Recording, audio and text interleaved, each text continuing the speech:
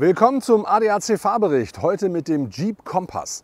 Den Compass gibt es schon eine ganze Weile und 2020 hat das Fahrzeug ein Facelift bekommen. Wichtiger ist aber eigentlich das, was danach passiert ist, denn die Antriebe wurden komplett überarbeitet und so gibt es mittlerweile nur noch elektrifizierte Antriebsstränge für den Compass.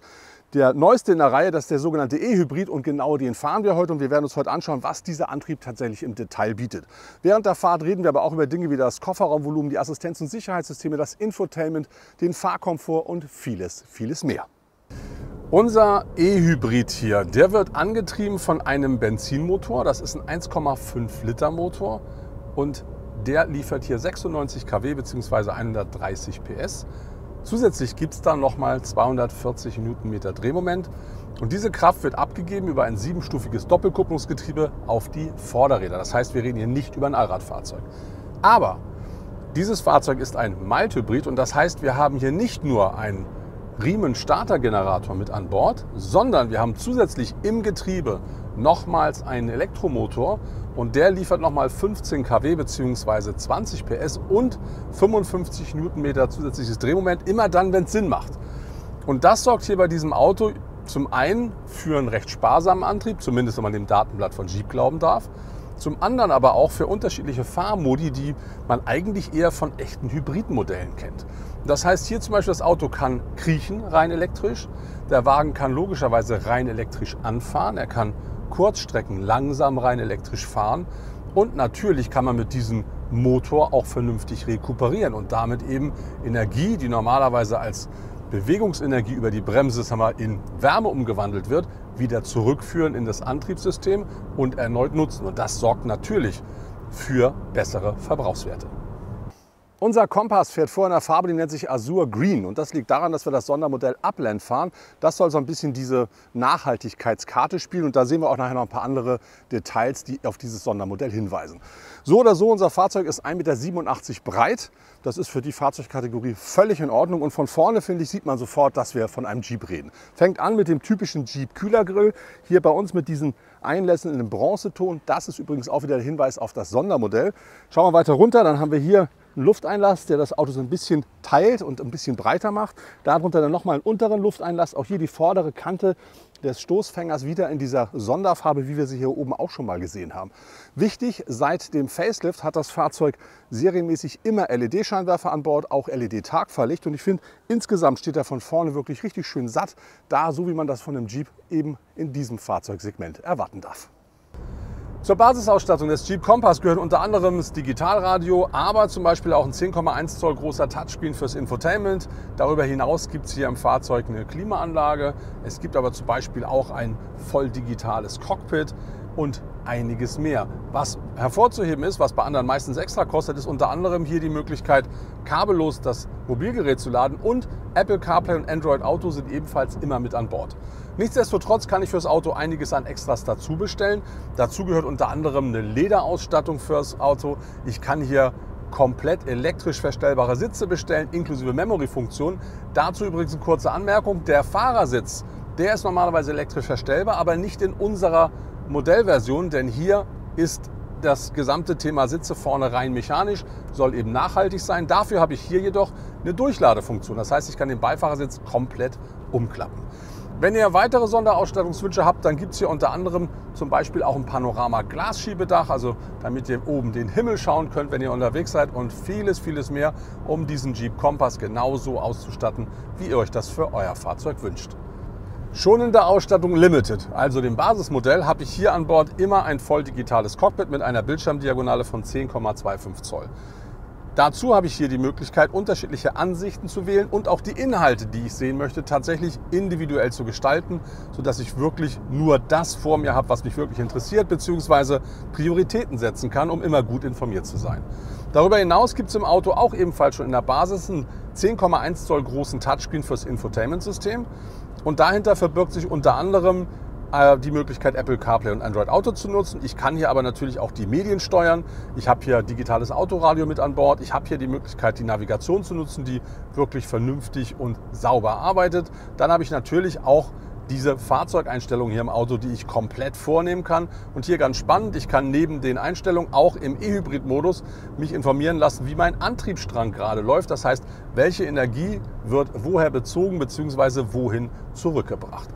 Dann gibt es noch weitere Möglichkeiten, wie zum Beispiel die Verbindung mit Alexa und vieles, vieles mehr. Und damit habe ich hier schon ein ganz vernünftiges System, das doch einen sehr modernen Eindruck hinterlässt und alles das bietet, was man beim täglichen Fahren braucht und darüber hinaus. Und das Schöne ist eben, das Ganze ist bereits in der Basis mit an Bord.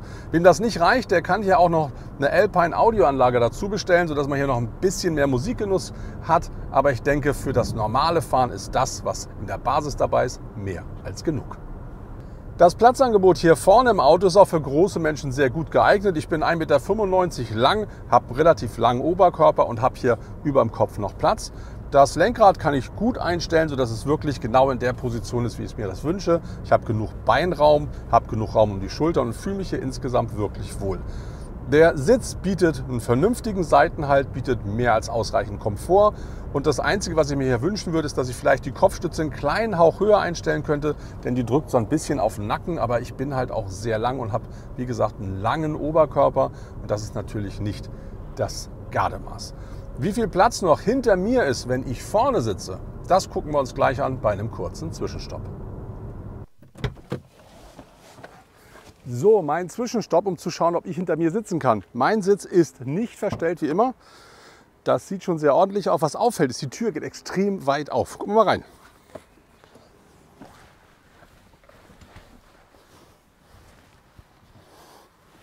Also einsteigen ist super einfach. Ich habe vor den Knien fast eine Handbreit Platz. Über dem Kopf wird es ein bisschen zu eng, aber ich bin auch 1,95 Meter, habe einen langen Oberkörper und bin nicht gerade ein Leichtgewicht. Ich finde das Platzangebot hier wirklich völlig in Ordnung. Die Materialien und auch die Verarbeitung hier im Auto finde ich persönlich wirklich vernünftig. Man sieht, dass bei dem Facelift damals viel Wert auf die Überarbeitung des Innenraums gelegt wurde. Und so habe ich hier zum Beispiel Soft-Touch-Material in der Tür im oberen Bereich. Ich habe hier eine bespannte Armauflage. Dann im unteren Bereich, gerade hier bei den Ablagen, da habe ich natürlich Kunststoff. Das Armaturenbrett ist ebenfalls Soft-Touch. Im vorderen Bereich habe ich hier so eine Stoffspange und darunter habe ich dann zum Teil hochglänzendes Schwarz, aber natürlich auch hier bei der Mittelarmlehne Kunststoff. Das ist aber auch in der Kategorie Fahrzeug nicht wirklich ungewöhnlich. Darüber hinaus finde ich Lederoptiken, finde vernünftige Ziernähte und das Auto macht so insgesamt einen wirklich guten Eindruck. Hier ist überhaupt keine Rede von billigem Material oder billiger Verarbeitung. Ich finde, das ist grundsätzlich wirklich ansprechend. Darüber hinaus ist unser Auto ja aufgrund dieses Sondermodells darauf ausgelegt, besonders nachhaltig zu sein. Und deswegen haben wir zum Beispiel hier die Fußmatten oder auch den Dachhimmel aus recyceltem Material. Wir haben hier dieses Material der Sitze, das nennt sich Sequel. Das ist Material, das aus einer Faser, die aus Kunststoffelementen, die aus dem Meer gefischt werden, gewonnen wird und sorgt damit natürlich ganz klar für mehr Nachhaltigkeit und mehr Umweltschutz. In der Basis fährt der Kompass vor auf 18 Zoll Alurädern. Unserer hat hier die glänzend schwarzen Alus an Bord. Das liegt daran, dass wir die Upland-Version fahren, also dieses Sondermodell.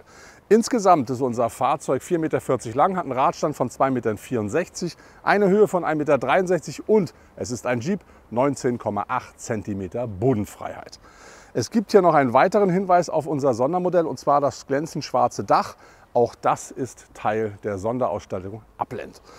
Wenn wir uns die Seite anschauen, dann finden wir hier typische Jeep-Merkmale, unter anderem natürlich zum einen die Form der Radkästen, zum anderen aber auch die Beplankung. Das ist schon alles ziemlich robust gemacht. Auch hier unten an den seitlichen Schwellern, da ist der Wagen ein bisschen eingezogen, gibt dem Auto richtig schön Charakter und so steht er wirklich von der Seite genauso da, wie ich mir das von einem Jeep auch wünschen würde.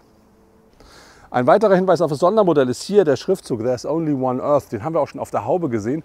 Ist ein Hinweis auf eben die Nachhaltigkeit dieses Fahrzeugs, auch wenn es keine wirklich neue Erkenntnis ist. In der Fahrer- und Beifahrertür hier vorne finde ich normal große Ablagen, wobei die nach vorne nicht so viel Luft bieten, denn da sind die Lautsprecher des Fahrzeugs hier in der Seite zu finden. Schaue ich in die Mittelkonsole, dann gibt es hier vorne ein Fach. Da ist das induktive Laden untergebracht und darüber habe ich dann unter anderem einen USB-A und einen USB-C-Anschluss, um auch Dinge eben kabelgebunden zu laden bzw. mit dem Auto zu verbinden. Dahinter gibt es die Schaltkulisse und dann finde ich hier zwei Becherhalter in der Mittelkonsole. Dahinter habe ich dann die Armauflage, die ist nach vorne und hinten verschiebbar, in der Höhe nicht verstellbar, aber ich kann sie aufklappen. Darunter gibt es dann nochmal ein relativ tiefes Fach. Darüber hinaus haben wir hier, ich würde mal sagen, gut dimensioniertes Handschuhfach an Bord. Und für die Gäste auf der Rückbank, da gibt es in den Türen normal große Ablagen. Und wer möchte, der kann die Becherhalter in der runterklappbaren Mittelarmlehne für seine Getränke nutzen. Am Heck unseres Fahrzeugs finden wir zum einen geteilte Rückleuchten. Die sind übrigens bereits in der Basis schon immer in LED ausgeführt. Dann gibt es eine abgedunkelte Heckscheibe. Auch die Seitenscheiben ab der B-Säule sind bereits beim Basismodell immer mit abgedunkelt. Schauen wir weiter runter, dann finden wir hier den Hinweis auf den Antriebsstrang. Und ansonsten haben wir ein relativ unspektakuläres Heck. Aber wenn wir weiter runter schauen, dann finden wir hier zum einen eine mattschwarze Fläche am Stoßfänger, die genauso aussieht wie hier die seitlichen Beplankung an den Radhäusern oder dem seitlichen Schweller. Das gibt dem Auto so ein bisschen den robusten Look. Und außerdem haben wir hier unten noch einen Unterfahrschutz, der bei uns wieder in der gleichen Farbe ausgeführt ist wie die Einleger vorne am Kühlergrill. Das ist dann wieder der Hinweis auf das Sondermodell. Im Kompass gibt es in der Basis mehr als nur die wichtigsten Assistenz- und Sicherheitssysteme. Und so finde ich hier zum Beispiel nicht nur einen Spurhalteassistenten und ein Notbremssystem, sondern darüber hinaus auch einen Tempomaten, eine Müdigkeitserkennung, eine Verkehrszeichenerkennung, eine Rückfahrkamera und einiges mehr. Darüber hinaus kann ich weitere Systeme bestellen. Und hier gibt es zum Beispiel den Automan-Assistenten. Der nutzt den adaptiven Tempomaten und Spurhalteassistent für das autonome Fahren Level 2. Aber es gibt zum Beispiel auch das automatische Parken für Längs- und Querparklücken. Das maximale Kofferraumvolumen für den Kompass, das gibt Jeep an mit 438 Litern bei aufgestellter Rückbank. Klappe ich die Rücksitze komplett um, dann sollen daraus bis zu 1387 Liter werden. Das ist allerdings nur das Raumvolumen für den E-Hybrid, also unser Fahrzeug. Fahrt ihr einen Plug-in-Hybrid, dann ist es ein bisschen weniger. Bei aufgestellter Rückbank fehlen nur rund 18 Liter. Klappt ihr um, sind es allerdings rund 150 Liter weniger. Ihr habt hier einen ebenen Ladeboden und den könnt ihr hochklappen und habt hier die Möglichkeit, den variabel einzusetzen, also auch ein bisschen tiefer einzustellen. Damit habt ihr die Entscheidung, ob ihr da drunter etwas sicher verstauen wollt oder eben insgesamt hier mehr Volumen zur Verfügung haben möchtet. Wenn ihr mit dem Auto einen Anhänger ziehen wollt, könnt ihr das auch. Die maximal gebremste Anhängerlast, die gibt Jeep an mit 1525 Kilogramm. Grundsätzlich ist unser Jeep Compass mit seinen 130 PS und 240 Newtonmetern plus diesem Boost über die E-Maschine sehr gut motorisiert und lässt sich wirklich vernünftig fahren. Allerdings muss man sagen, dass, wenn man es etwas zügiger angehen lassen möchte, da dann doch gern ein bisschen mehr kommen könnte. Zum einen, wenn ich jetzt mal durchtrete, es dauert einen Moment, bis er den richtigen Gang gefunden hat. Er dreht dann relativ hoch und die Beschleunigung, die dann erfolgt, die ist nicht als Sprint zu bezeichnen. Fürs normale Fahren, wie gesagt, reicht das völlig aus und bietet auch mehr als genug. Aber wenn man es ein bisschen zügiger angehen lassen will, dürfte es gerne ein bisschen mehr sein. Was mich allerdings ein bisschen mehr stört ist, wir haben hier diesen Antriebsstrang mit dem zusätzlichen E-Motor im Getriebe, was ich grundsätzlich toll finde. Aber wenn ich zum Beispiel elektrisch anfahre und dann der Verbrenner dazu kommt, dann hat man je nachdem, wie schnell man dann ist oder wie man gerade den Gasfuß hat, hier und da das Gefühl, dass sich das System nicht so ganz einig ist, ob man jetzt den Verbrenner dazu schaltet oder nicht oder ob man die E-Maschine belastet oder nicht. Da kommt manchmal so eine Unruhe ins Fahrzeug. Außerdem, wenn ich hier beschleunigen will und wirklich durchtrete und ich habe einen Wert, der mit 10 Sekunden angegeben wird von 0 auf 100, dann habe ich nicht das Gefühl, dass das Auto in einem durchzieht, sondern ich habe immer das Gefühl, als würde ich mit dem Pedal leicht spielen. Also ich habe so eine ganz leichte Unruhe in der Beschleunigung. Da bin ich mir gar nicht sicher, woher das kommt, aber ich denke, dass man das genauso wie dieses unruhig werden bei so bestimmten Fahrsituationen, wo eben Verbrenner und E-Maschine sich anscheinend nicht 100% einig sind, sicherlich noch optimieren kann. Ansonsten das Thema Gasannahme, grundsätzlich Lenkung, Bremse, Fahrwerk funktioniert eigentlich auch. Fahrwerk ist straff, aber nicht zu straff. Die Bremse funktioniert im Grunde genommen gut dosierbar, aber auch da habe ich hier und da das Gefühl, wenn das Rekuperieren anfängt oder aufhört, je nachdem, dass auch das von der Feinabstimmung ein kleines bisschen besser sein könnte. Die Lenkung ist mir persönlich zu weich, das ist aber Geschmackssache, ich hätte sie gerne ein bisschen straffer. Nichtsdestotrotz ist sie auf jeden Fall präzise genug fürs alltägliche Fahren. Wie gesagt, ich würde halt nur mir wünschen, dass sie ein bisschen mehr Moment braucht, um hier eben Lenkwinkel einzugeben.